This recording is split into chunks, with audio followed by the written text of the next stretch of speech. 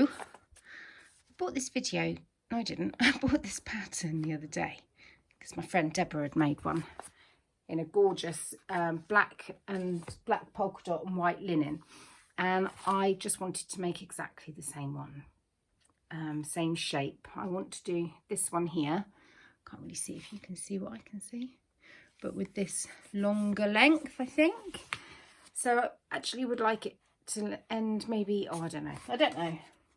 So I thought before I go and order fabric, I would have a rummage to see what I've got in my box. So that's my box there, and it's full of who knows what. So let's have a look, see what's in there. I'm currently hiding it in my sewing room, but there's probably a lot of noise outside. Right, crinkling going on there. This I got for my birthday, either from Toby's mum or from Toby himself, and it's the cocoa dress, and I think I've got enough of this sort of jersey fabric to make it, to make something to wear.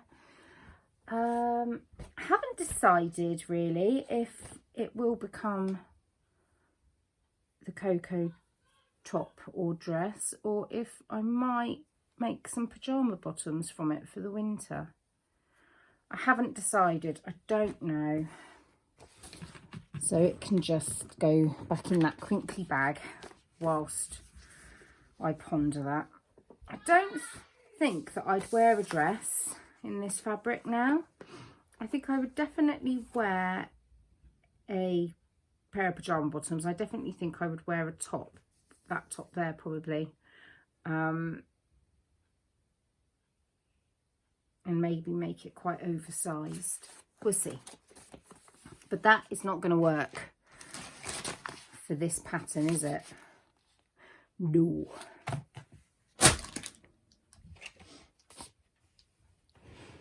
Next up in my box of tricks, I've got this incredible needle cord, baby whale needle cord, and there's loads of this, and I bought this from a lady called Lisa Hughes, Vintage Darling, on Instagram, and I think I'm going to make the factory dress from Merchant and Mills out of this. I think that would look really, really lovely for the winter, especially with tights and clumpy boots. So that is definitely my plan, but I think I've probably got more fabric than I need. I think I've got 5 meters here. I could make 2. But again, not suitable for that. Here I've got some, I've got this from Weathered and Worn, which is in, where is it? It's near Tunbridge. And I've got about 5 meters of this, but it's more upholstery sort of fabric than dressmaking fabric. I think I bought it to make a tablecloth. I can't really remember, but oh, I know. I bought it when I was planning to have my Etsy shop fully functioning, but as we've all seen, I've enough to keep me busy, even without lockdown and schools not being in session. I've got enough to keep me busy, just with the house, the garden and the children. What is that? Oh. And then I've got some of this jersey fabric, which was leftovers from a dress that my friend Julie made for herself, and I thought she'd given me the pattern to go with it, but it doesn't look like she did, unless I put that somewhere. I'm sure she loaned me the pattern. Oh, I'll have a look for it. But that cocoa top, the one with the boat neck,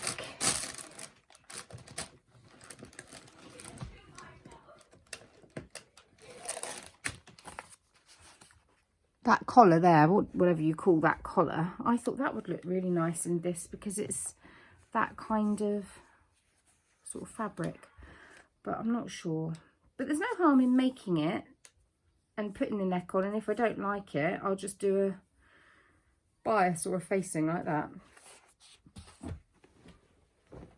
So I've got something in mind for that.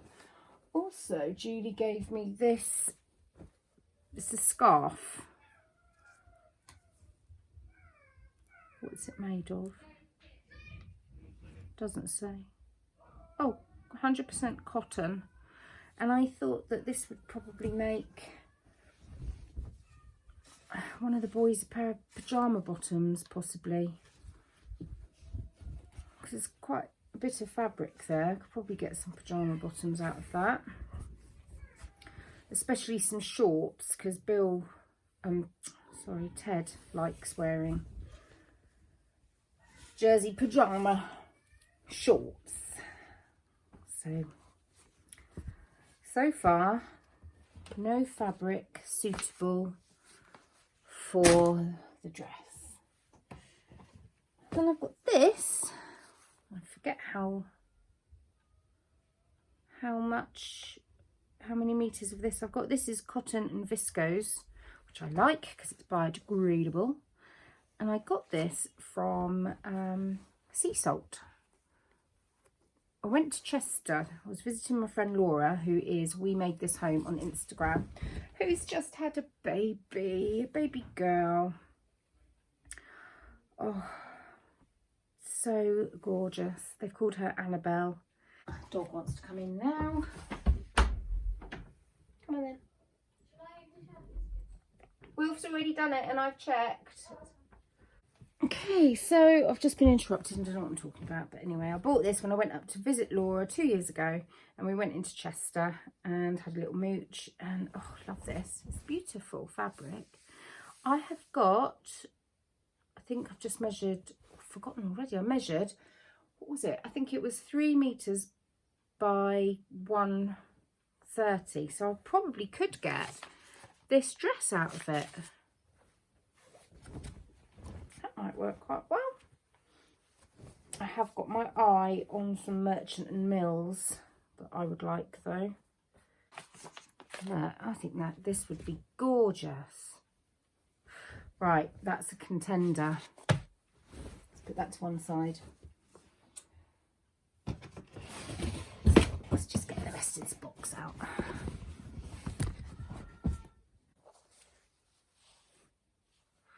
So the rest of the stuff in here is just oddments. This is, well, it's obvious what it is, but will be pyjama bottoms, definitely, for probably Ted, because the other 2 boys like to wear a t-shirt with theirs and they prefer jersey, whereas Ted likes to not wear a t-shirt, and he does like cotton as well.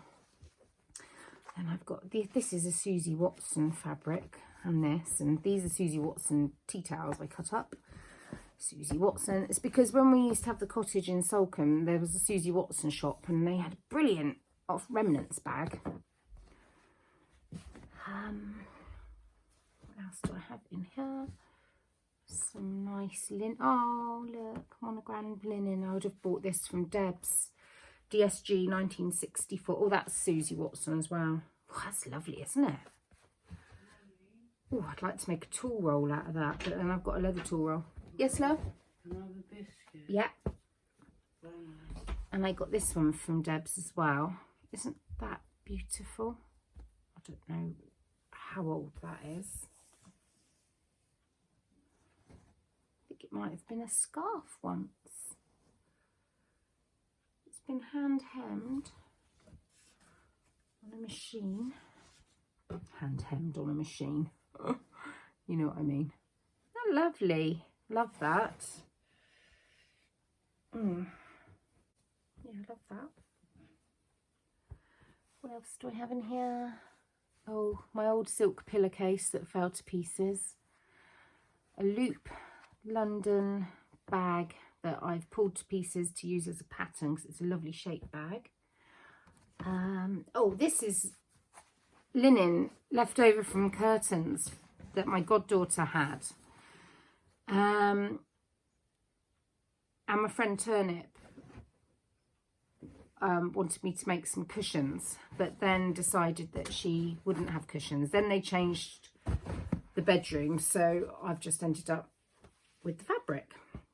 I better ask if she wants it back, actually. This is some leftover from curtains from Bill's bedroom. This is, what is this? Just some thin floral fabric. Oh, quite a lot.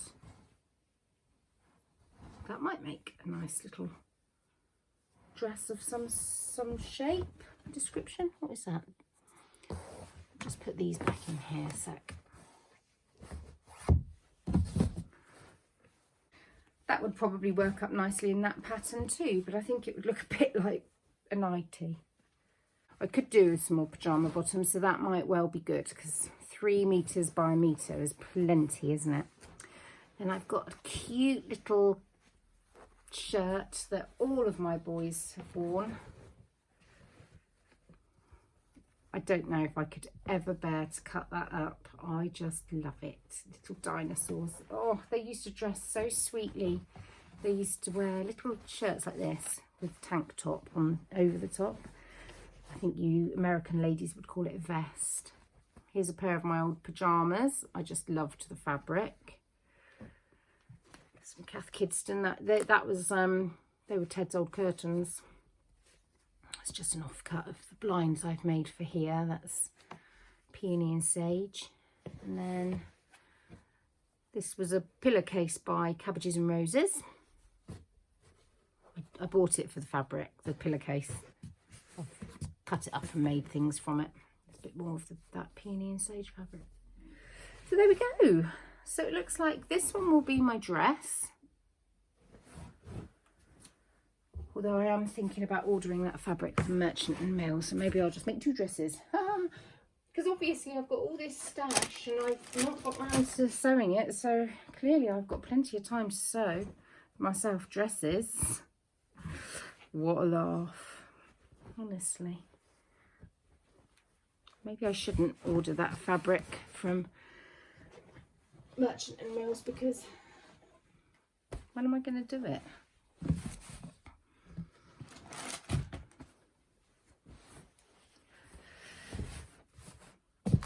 It'll be certainly a case of triumph of hope over experience if I do buy it.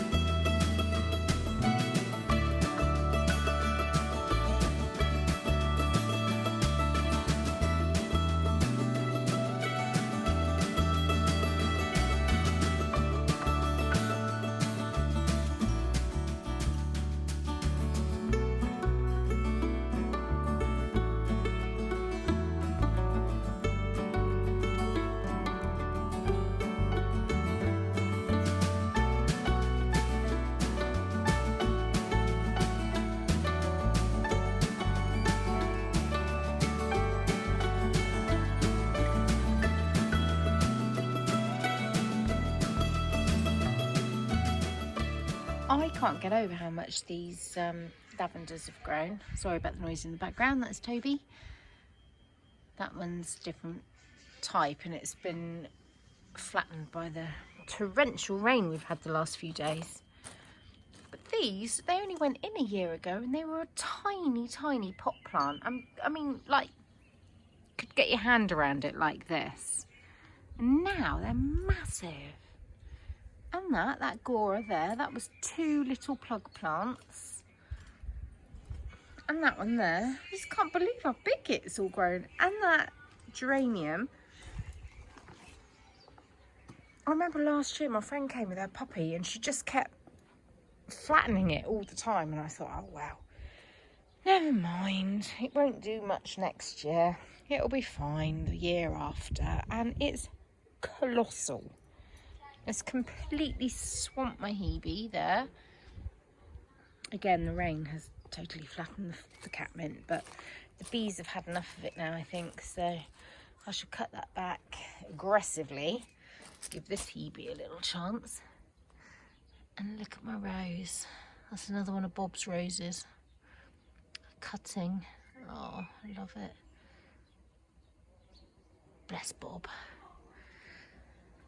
I remember when he came up to help us out because I think we had a problem with the tractor or a problem with the Arga or something like that when we first moved in. So he popped up to give us a hand, bless him. And then he sat outside beyond that fence.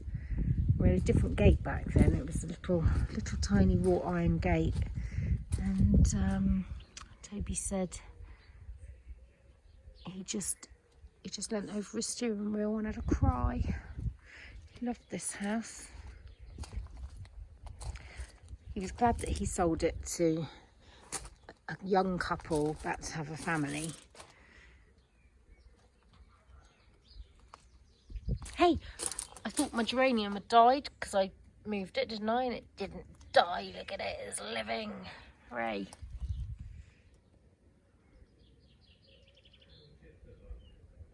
Oh, I just find it all incredible. Also, this time last year, that little creature, talking to you. So she was living in a metal and concrete crate in the blistering heat of Spain. There she goes. Look at that psycho. And she'd been there since April. And she had another month or two to go. Bless her. Look at that gorgeous sky. Summer solstice tomorrow. Oh, I will never tire of that view. It's beautiful.